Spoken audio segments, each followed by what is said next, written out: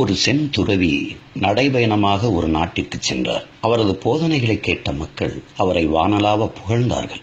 இதை கேள்வியுற்ற மன்னன் அவரை தனது மாளிகைக்கு வருமாறு அழைத்தான்.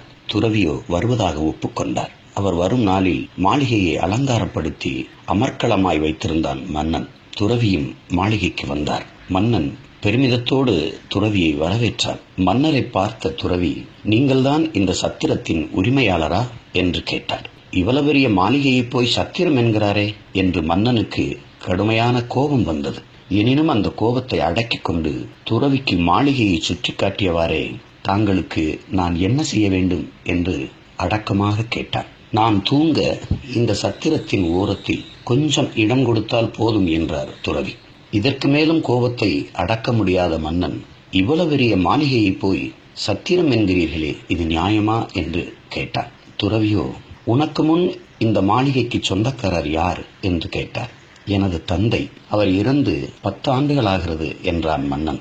உனது தந்தைக்கு முன் யார் இந்த மாளிகைக்கு சொந்தக்காரர் என்று கேட்டார். அதற்கு எனது தாத்தா, அவர் இறந்து 50 ஆண்டுகள் ஆகின்றது என்றான் மன்னன். ஆக மனிதர்கள் சில காலம் வந்து தங்கிச் செல்லும் இடத்திற்கு சத்திரம் என்றுதானே பெயர் என்றார் செந்துறவி. எதுவும் நிரந்தரம் இல்லை என்பதை புரிந்து கொண்ட மன்னன் செந்துறவியின் காலில் விழுந்து ஆசி பெற்றான். இந்த உலகமே ஒரு வாடகை வீடு, அதில் நாமெல்லாம் வாடகைதாரர்கள். உலகமே ஒரு சத்திரம்.